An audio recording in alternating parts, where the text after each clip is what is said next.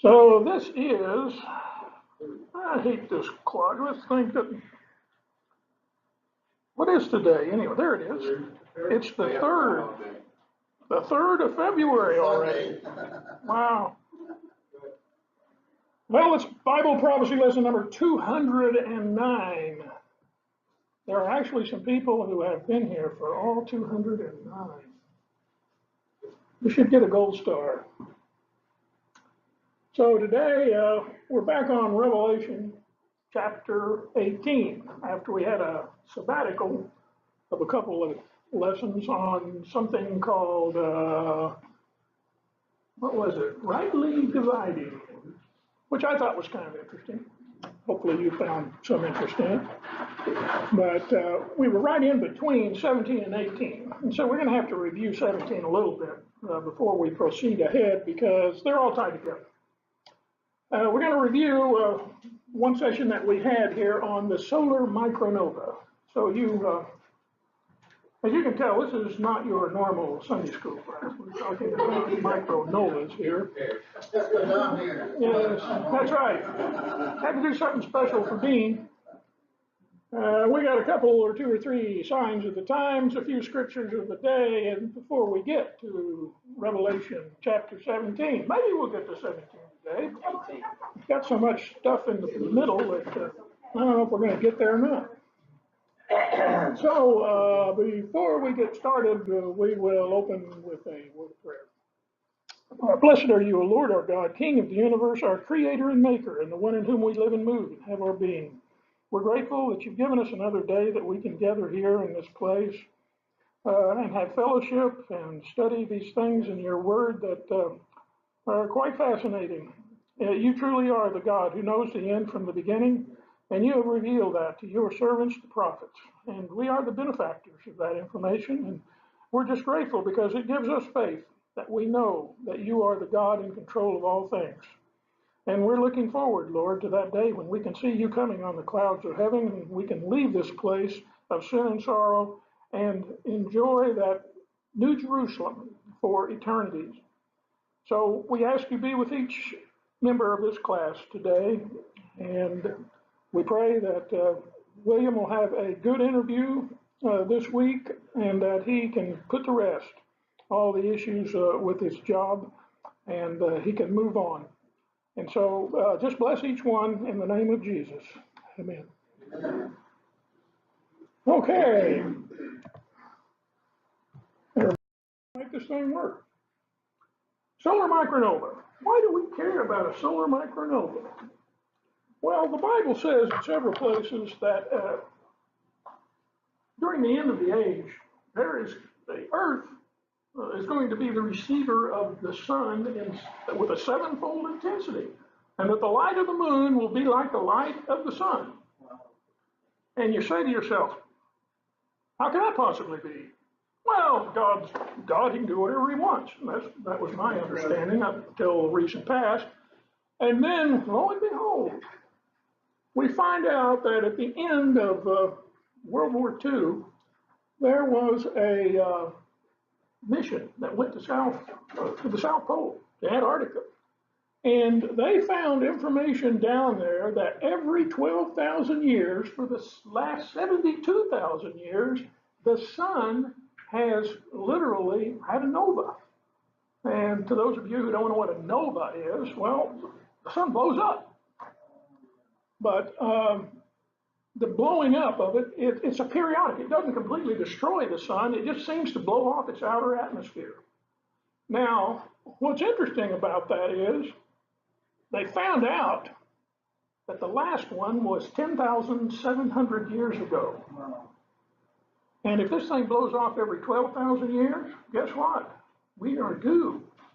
They have kept this information hidden for a long time. In fact, as we have learned, the CIA was created for the singular purpose of determining this information and keeping it hidden. George Bush Sr. was reported as saying if they being us, ever find out what we have done, they will run us down and hang us by the neck. And we probably would have if we could have found out. But now the interesting thing is that when the astronauts originally went to the moon, remember, some of you remember when they were bouncing around on the moon, and we heard conversations like this. I think this is the kind of rock we're supposed to be looking for here, isn't it? Well, what kind of rock were you supposed to be looking for? Well, they never did tell us. Well, what they were looking for were rocks that had a glassy surface on them, which would indicate the presence of a very high intensity stream of energy, like one would find coming off of a nova. And sure enough, when they brought the products that they got on the moon back, they found green glassy globules in there, which were caused by this solar nova. And so now we have a mechanism that the sun will literally look to be 7 times in intensity, all in one day. We're going to study here today in Revelation 17 that the harlot church is going to be destroyed in 1 hour and is going to be burnt up. Anytime I would teach about this in the past, I would always say, well, they're probably going to get hit with a nuclear bomb. In 1 hour, they're all gone. Well, guess what? That solar micronova, the energy burst would last about an hour, followed by 17 hours later, or a little more, a blast of particles that would be coming off of the sun, traveling at about 5 million miles an hour, and they would hit the earth and just penetrate everything. Some big holes, others just micro little holes like grains of sand traveling very fast. And the skeletal remains that they found in Antarctica, which before the Earth was knocked over, was apparently a very moderate climate because it supported animal life and trees and all sorts of stuff. And these bones that they found of the animals that were there were perforated. They got hit with a blast, looked like a shotgun blast of sand or something, had holes all over them.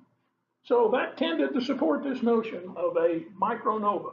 Many suns in our galaxy produce micronovas. They don't completely blow up, they just blow off the outer atmosphere periodically, which shows us that our science isn't very good. So if you want to believe global warming, I have some land in Florida I would like to talk with you about. It's right on the shore sometimes. So the point being here is the Bible, God's pretty lucky. He makes these prophecies, and or at least he tells his servants of what's going to happen. And he is the luckiest guy you ever saw. Every last one of them has a mechanism for coming to pass. We didn't know anything about solar micronova up until just the last few years. And now we got a mechanism. Is this going to be the way God does it? Up for debate. I guess we'll find out. Yeah. An asteroid or a comet do the same thing or not? You could argue that point too. Okay. But I just thought it was very curious that we are due for one of these events. Oh yeah. And right about the time, curiously, for those of you who haven't been in this class before, we go lots of strange places. And there is what we believe to be, our sun has a binary, which is we think it's a brown dwarf. And it was postulated back in the 30s because as people were watching the outer planets of our solar system, once they would get to a particular place, they would be pushed out of orbit. And it indicated there was a very strong magnetic field out there of some kind, or gravitational field, or both. And so, now we weren't told this, but Pioneer 10, which was a satellite they sent out towards Jupiter, its main purpose was to try to find what was out there. Well, they found it. Scared the bejabbers off of them because it turns out that there is a binary sun out there headed in our direction, and it passes Earth's orbit about once every 35, 36, 33,000 years.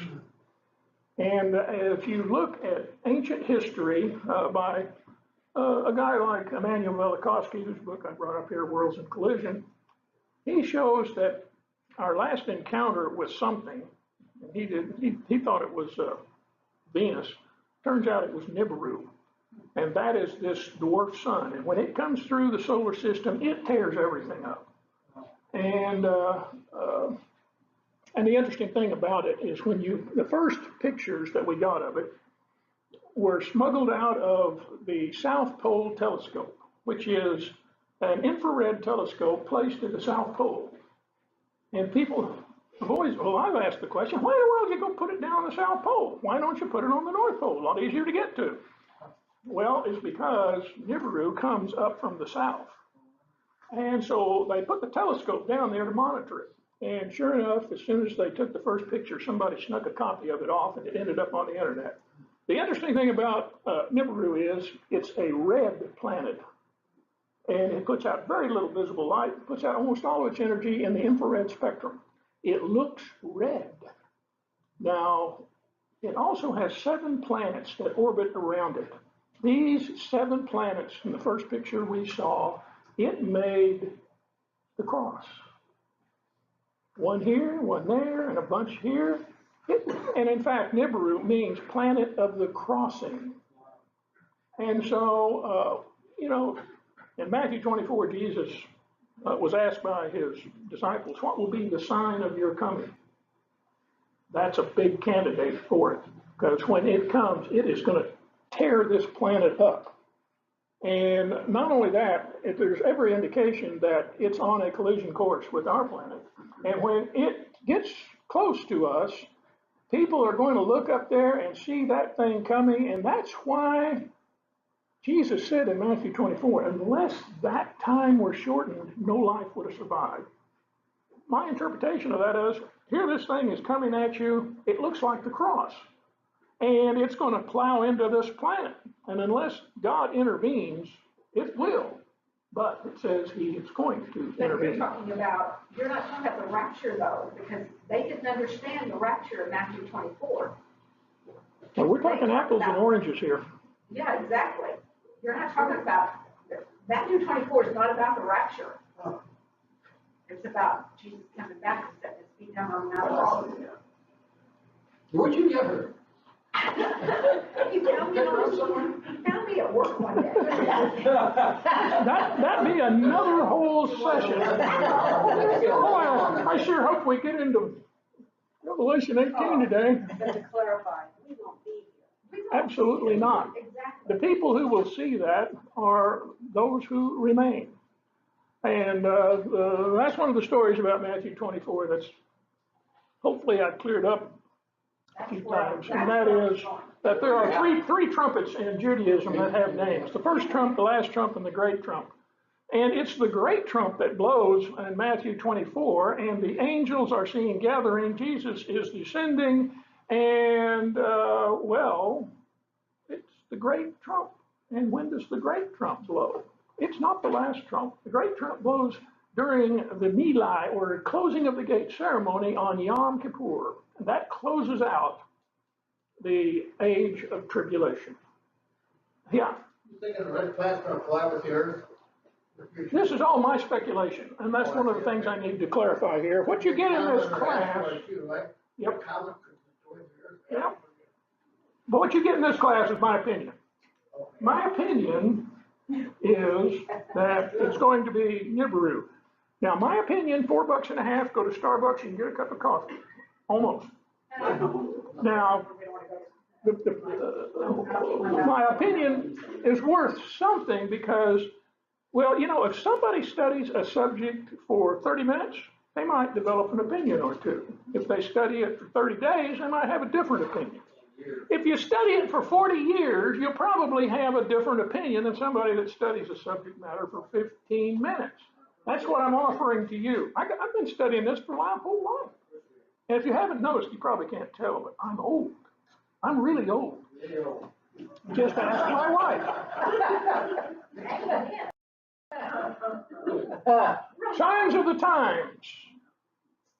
We're beyond abortion now. Now we're talking about infants.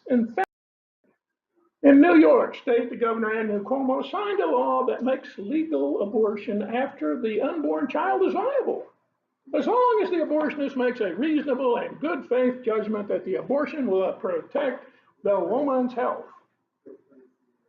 That will also make abortion legal after viability to preserve the health. I mean, we're talking infanticide here, folks. Let's call a spade a spade. That's what it is.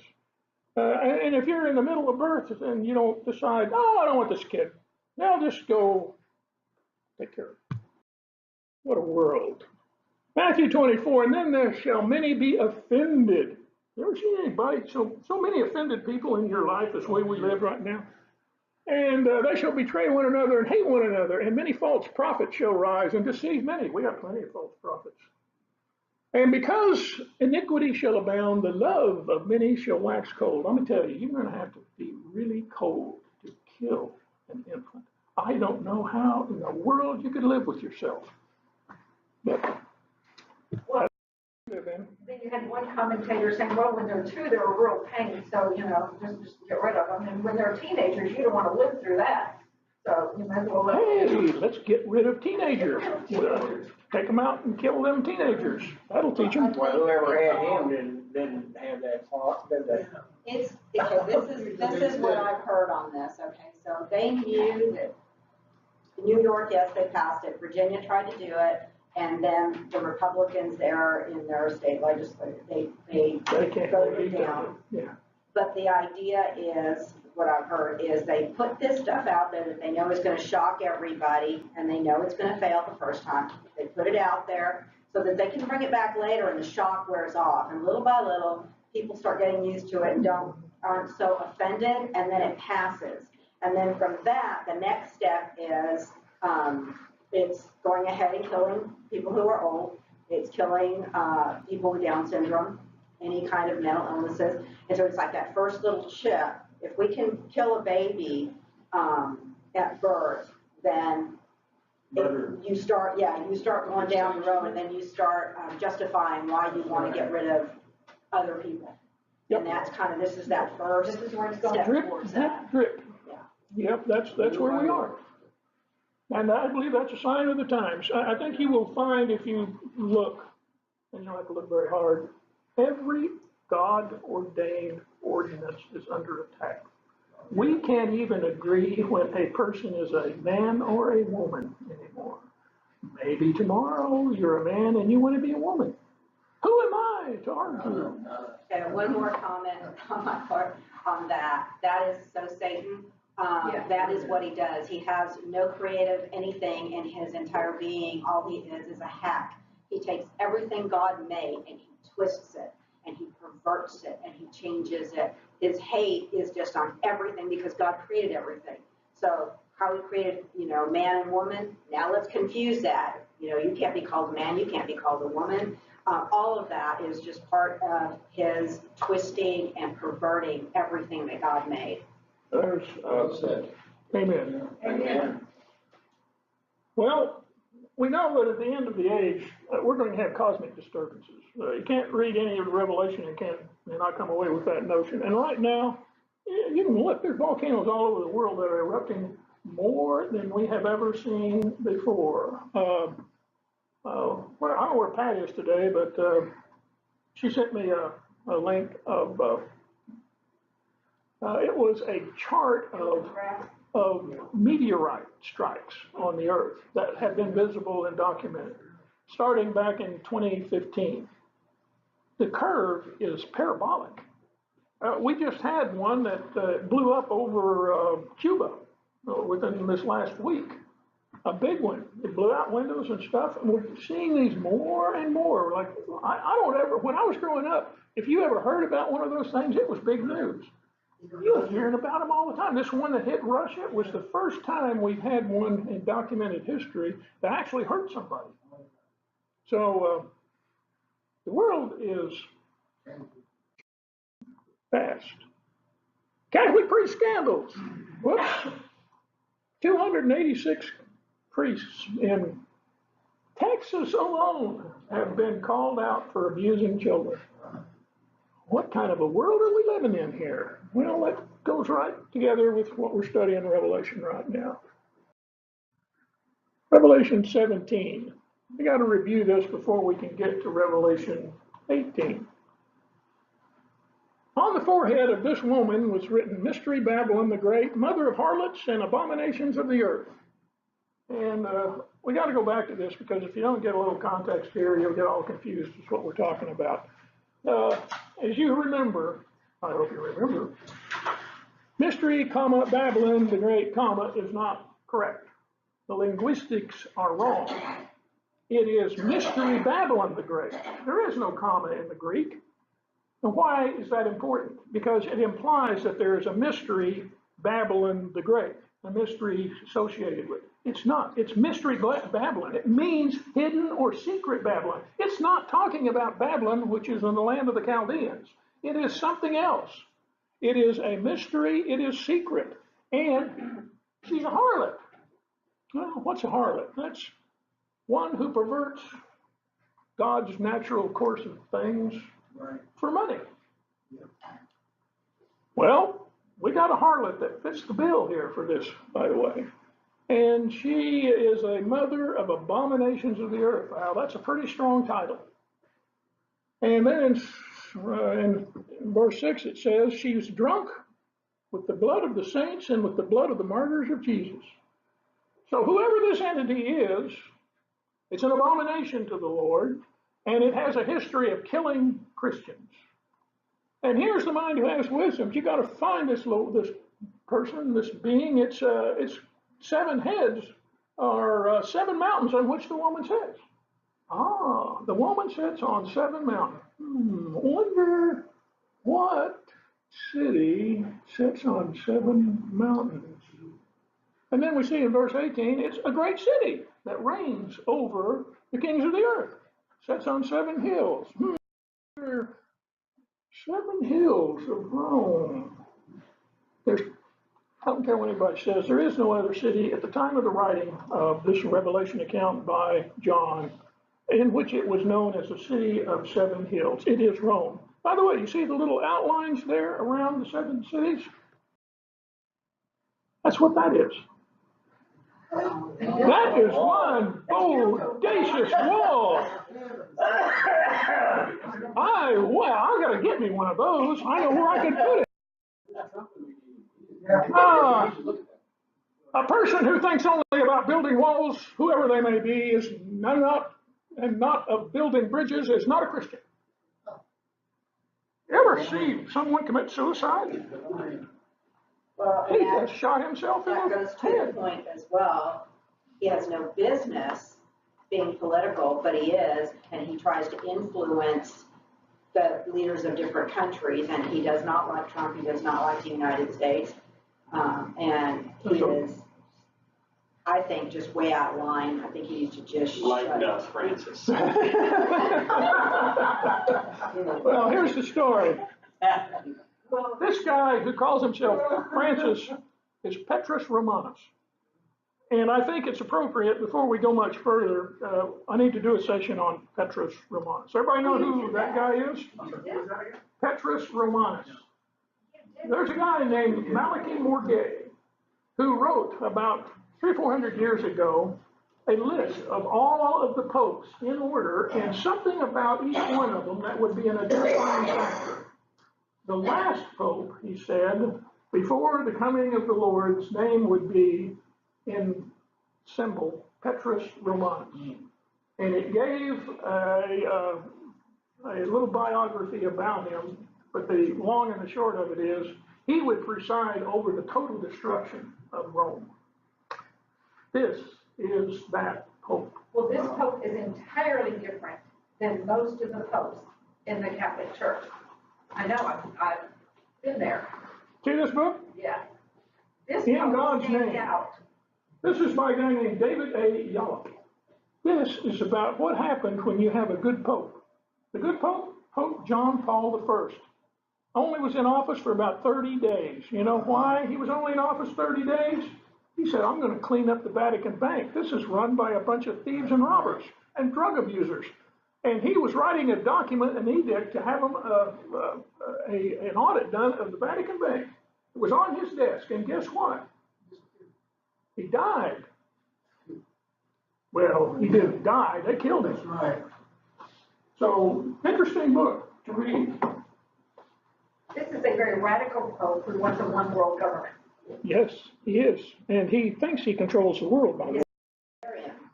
Luciferian. Now, before we get to Revelation 17, Isaiah chapter 47. Come sit down in the dust, O virgin daughter of Babylon. Once again, we're not talking about Babylon, we're talking about a daughter, an offspring of Babylon. Sit on the ground without a throne, daughter of the Chaldeans. Now, here is an interesting statement. You wonder how in the world Babylon and Rome got all tangled up. Well, remember Alexander the Great. He came through conquering everything. He conquered Babylon, had his headquarters there for a while, and he flushed a lot of the Chaldean priests out of there, and they ended up in Pergamus. And when Pergamus came under attack again by one of the later conquerors, and I forget who it was, they all fled to Rome. There's a direct relationship from Babylon, who is in now modern day Iraq, and the priests in Rome. They have a common heritage. You might say they're the daughters of Babylon. The daughter of the Chaldeans, for you shall no longer be called tender and delicate. Take the millstone from the grind wheel, remove your veil, take off the skirt, uncover the thigh, pass through the rivers. What are they saying there? They're saying leave wherever you are, go someplace else. Now, your nakedness will be uncovered, yes, your shame will be seen. I will take vengeance. I will not arbitrate man. As for our Redeemer, the Lord of hosts is his name, the Holy One of Israel, sit in silence, go in darkness, O daughter of the Chaldeans, for you shall no longer be called the Lady of Kingdoms. When was Babylon in the land of Iraq ever called the Lady of Kingdoms? Never was. If this daughter was, I was angry with my people, I have profaned my inheritance, I have given them into your hand. You showed them no mercy on the elderly, you laid your yoke very, and you said, I shall be a lady forever. So that you did not take these things to heart, nor remember the latter end of them. Therefore, hear this now, you who are given to pleasures, who dwell securely, who say in your heart, I am, and there is no one else besides me. I shall sit, not as a widow, nor shall I know loss of children.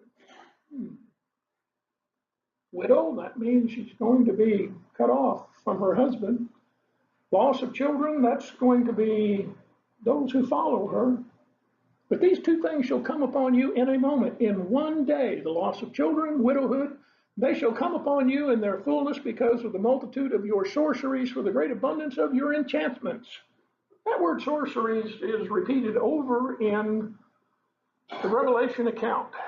And that word in the Greek is pharmakia. Pharmakia, where we get our word pharmacy from. It's drug abuse. And it's said that, by the way, the bank, the Vatican Bank, one of their big sources of revenue is laundering drug money. They charge them 50%, and they launder all the money you want because the Vatican Bank has never been audited and never will. So, for you have trusted in your wickedness, you have said, no one sees me, your wisdom and your knowledge have warped you. You have said in your heart, I am, and there is no one besides me. Therefore evil shall come upon you. You shall not know from where it arises, and trouble will fall upon you. You will not be able to put it off. Your desolation shall come upon you suddenly, and you will not know. Stand now with your enchantments and the multitude of your sorceries in which you have labored from your youth. Perhaps you will be able to profit. Perhaps you will prevail. Like he's taunting them. And you are wearied with the multitude of your counsels. Now let the astrologers, the stargazers, the monthly prognosticators stand up and save you from what is coming upon you. Behold, they shall be as stubble.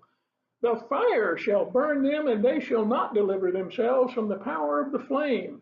It shall not be a coal to be warmed by, nor a fire to set before.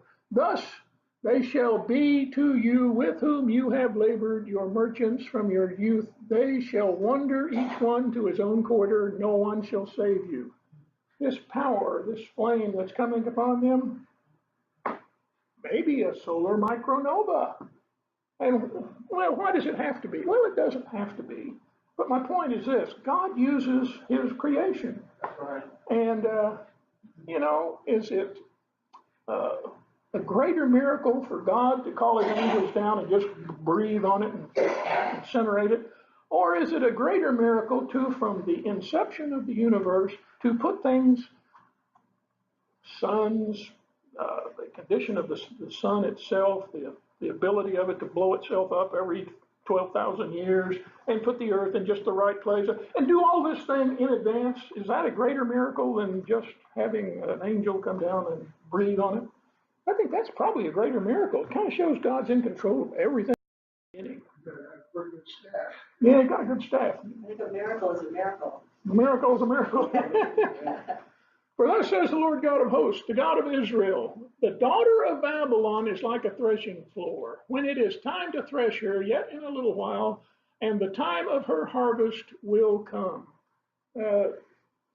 This is over in Jeremiah, and Jeremiah chapter 50 and 51 is all talking about Babylon. But the interesting thing about it is, it's not Babylon the Great. It's not Mystery Babylon. It is Babylon in the land of the Chaldeans. Well, I'll make a contrast. Revelation chapter 18. I said all of that to say all of this. After these things, I saw another angel coming down from heaven, having great authority, and the world was illumined with his glory. And he cried mightily with a loud voice, saying, Babylon the Great is fallen, and has become a dwelling place of demons, a prison for every foul spirit, and a cage for every unclean and hated bird. That's probably unclean and hated demon, by the way.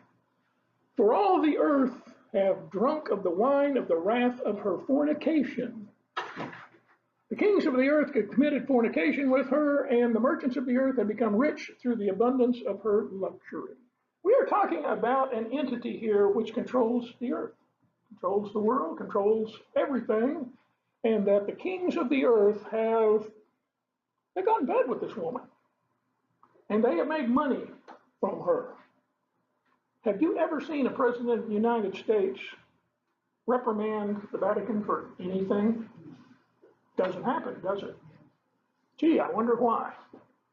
Well, I gave you one reason when we talked about this in Revelation 17, and that is, we had these boxes called the Treaty of Versailles boxes, which contain $3 trillion.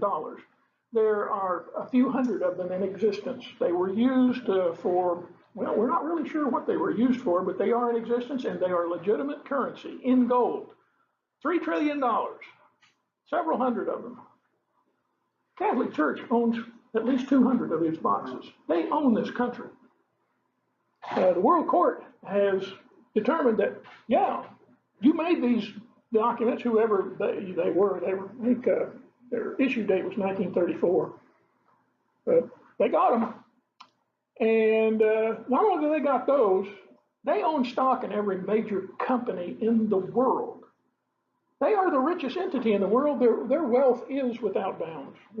Nobody knows how much they're worth. They don't even know how much they're worth. But riches, the abundance of her luxury, they can the planet. And I heard another voice from heaven saying, Come out of her, my people, lest you share in her sins, lest you receive of her plagues. This was the point that I made. This prophecy is against the city, the organization, those who have prostituted their religious, their Christianity, basically. Now, what does that mean? It's against that city and that place. But just because you are a Catholic does not mean you partake in these sins and and what's coming on these people. Here it states very clearly, my people are in this organization. And God is saying, hey, get out of there. because bad things are coming and you don't want to partake of them. So get out. So that's my point. Just because you are a member of the Catholic Church does not necessarily mean that you are a partaker of the sins of her organization. And that says, for her sins have reached to heaven, and God has remembered her iniquities. Render to her as she has rendered to you, and repay her double according to her works. In the cup in which she has mixed, mix double for her. Well, you know, when we did Revelation 17, I pointed out to you how many times in past history the Catholic Church has been responsible for slaughtering Christians. They killed 30,000 Huguenots in one day. People whose only crime was they wanted to read the Bible. And then the Spanish Inquisition. The priests, they decided that, well, I think that person is a witch because they've got big holdings. So they would take you, put you on a rack, and stretch your body until you confess to being a witch. That's a pretty good deal, isn't it? So then they would, he confessed to be a witch, so they would kill him, and then they would take his property. Hey, what a great deal. That's a great program, right? You can make lots of money doing that. They killed millions of people. The word is that they killed more people than the Holocaust, than Hitler killed of Jews. And they burned them at the stake also. What's that? Didn't they burn them at the stake too? Didn't they burn these people? Oh, yeah, that was pretty popular too. You can get burned at the stake. Of course, Rome was pretty good about doing that. Yeah, Rome, that was one of the way, what was it? It was Nero. He lit his courtyard with the burning bodies of Christians. Boy, what a world. So, on. Flee from the midst of Babylon, everyone save his life. Do not be cut off in her iniquity, for this is the time of the Lord's vengeance. He shall recompense her. There was a story at the end of World War II. There was a group that had determined that the Vatican was responsible for World War II, and they killed a lot of people. And there was a belief that the Pope at that time, I think his name was Pope Pius, had a deal with Hitler that whatever lands Hitler took over, the Pope got to go in and make Catholics out of anybody else that remained. So but this group, and I forget exactly where they were. They were in close to Macedonia somewhere. They had got a plane and got a big bomb on it, and they were going to go drop it on the Vatican because they had had enough. They knew what was going on. And the day they were ready to do it, a fog came over the land, and they couldn't take off in their airplane. And for what other reason, the plane got grounded, and the mission got scrubbed, and it never happened. Interestingly, when the Jews took back Jerusalem, they had a great big cannon. They were going to level the Mosque of Omar and the Dome of the Rock. They got their cannon ready, put in the shell, fired it off, cannon wouldn't fire. So the point being this, God has a time and a place in which he's going to take care of things, and you can't intervene. Try if you want, you're just wasting your time, because this is the time of the Lord's vengeance. He is going to do the recompensing, and you can't interfere with it. It's already been set. It's been spoken in heaven. So Babylon was a golden cup in the Lord's hand that made all the earth drunk. The nations drank of her wine, therefore the nations are deranged. Boy, I got some evidence that could support that. Babylon has suddenly fallen and been destroyed. Wail for her, take balm for her pain. Perhaps she will be healed. The Lord's taunting there a bit. In the measure that she glorified herself and lived luxuriously, in the same measure give her torment and sorrow. For she says in her heart, I sit as a queen, I am no widow, I will not see sorrow. Therefore plagues will come in one day. Death, mourning, and famine, and she will be utterly burned with fire. Hey, sounds like a good candidate for a global micronova. For strong is the Lord who judges her. The kings of the earth who committed fornication and lived luxuriously with her will weep and lament for her when they see the smoke of her burning. standing at a distance for a fear of her torment, saying, alas, alas, the great city Babylon, that mighty city, for in 1 hour your judgment has come. Interestingly, that they believe that an initial burst of light energy from a solar micronova would last about 1 hour. Very curious. And the merchants of the earth will weep and mourn over her, for no one buys her merchandise anymore. Well, the world's going to get disrupted. And all of that stock that they have in all of the countries and all of the organizations and corporations in the world, it's not going to be worth anything. Merchants of gold and silver, precious stones, pearls, fine linen, purple, silk and scarlet, every kind of citron wood, every kind of object of ivory, every kind of object of most precious wood, bronze, iron, and cinnamon and incense and fragrance and oil and frankincense and wine and oil and fine flour, wheat, cattle, sheep, horses, chariots, and the bodies and souls of men. The fruit of what your soul longeth for is gone from you, and all the things which are rich and splendid have gone from you, and you shall find them no more at all. The merchants of these things who became rich by her will stand at a distance for fear of her torment, weeping and wailing, and saying, alas, alas, the great city that was clothed in fine linen, purple and scarlet, and adorned in gold and precious stones and pearls. For in 1 hour such great riches have come to nothing.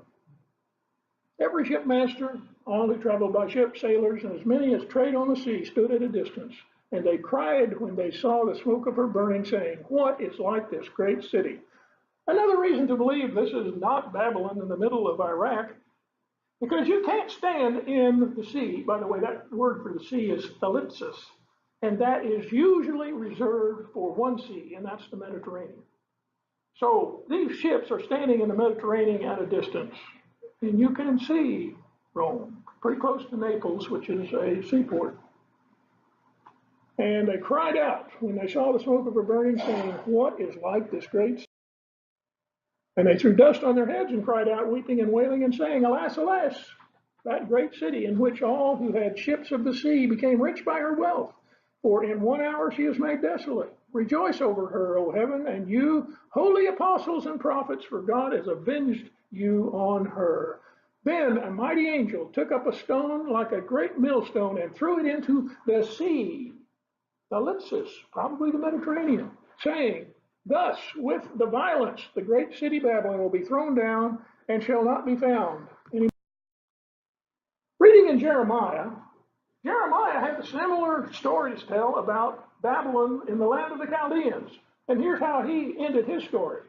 So Jeremiah wrote in the book all of the evil that would come upon Babylon, and all these words that are written against Babylon. And Jeremiah said to Syria, when you arrive in Babylon and see it, read these words. Then you shall say, O Lord, you have spoken against this place to cut it off, so that none shall remain in it, neither man nor beast, but it shall be desolate. Now it shall be, when you have finished reading this book, that you shall tie a stone to it and throw it out into the Euphrates. Wait a minute. The Euphrates, land of the Chaldeans, middle of Iraq. And then you shall say, thus Babylon, not Babylon the Great, not the harlot, not mystery Babylon, but Babylon will sink and not rise from that catastrophe that I shall bring upon her, and they shall be weary. Thus far are the words of Jeremiah. Point being, Babylon the Great, the millstone thrown into the sea. Babylon, land of Chaldeans, the stone tied on to the prophecies of Jeremiah thrown into the Euphrates, runs right down the middle of. Now, furthermore, in Jeremiah chapter 51, it says, the sound of harpists, musicians, flutists, trumpeters shall not be heard in you anymore. No craftsman of any craft shall be found in you anymore. The sound of the millstone shall not be heard in you anymore. The light of the lamp shall not shine in you anymore. And the voice of the bridegroom and the bride shall not be heard in you anymore. For your merchants were great men of the earth. For by your sorcery all the nations were deceived. And in her was found the blood of the prophets and the saints and all who were slain on. I got through it. I didn't think I was going to get through it, but I got through it. Yes. I'm thinking we're living in the Babylonian times now. People break the law, the Constitution, there's no consequences. All the corruption going on now, we don't even know, if part of, we know about is that our country is corrupt. I believe our country is not a democracy at all. We have the illusion of a democracy. It's really run by the deep state and, well, I can speculate, but I think the Catholic Church, the Vatican, has a great impact upon our decision-making. There are people who claim to know that every war fought in this world could only be fought with the approval of the Catholic Church, well, the Vatican, because they have such great influence. And one of the books that I read that said that the Vietnam War came about not because we were worried about anything, but because the Catholic Church couldn't get the Buddhists to convert. So how do you handle that? Well, you kill all the Buddhists. And so that's what the Vietnam War was all about. The wars in Iraq, when we went in there and wiped all those people out, put Saddam Hussein down. Similar story. I watched George Bush II when he was being interviewed by a commentator about the reasons for going in there and destroying Iraq. And the reason was, well, they had weapons of mass destruction. And they were found. And They moved them. they moved them. I'm convinced they were probably there. But George Bush knew that they moved them. And he, well, after he was asked that question, he began to give the standard answer, and he would not look at the commentator's face when he was giving the answer. It's a clear sign of deception. He was embarrassed about what he had done. And I think that's one of the reasons why he never spoke up much about politics anymore, because I believe George Bush II was a good man, but he was forced into that war. And I think he feels the pain of what he has done, because that's why he goes out of his way to, for the crippled in that war, those who were wounded and have limbs lost. I think he holds himself personally responsible for that. Right. And I think he should. And so all of, Lyndon Johnson in the Vietnam War, I think he felt the weight of what he had done. Because that war was designed just to kill people. I mean, that's all it was designed to do. And they did it well. About World War II, it was actually a good thing that we had World War II, because Germany's trying to. Yeah, but once again, the Catholic Church made a deal with Hitler. Whatever land you conquer, we get to go in and set up our church, our organization, so we can control the land after you get through with it. So it's all twisted. We're watching this ping pong game from underneath the table. We don't really know anything for sure, but we have suspicions. And so it seems to follow exactly what the Revelation account says about Mystery Babylon. Yes. Just speculation. I've read the series that came out many years ago, the Left Behind series by LaHaye and Jenkins.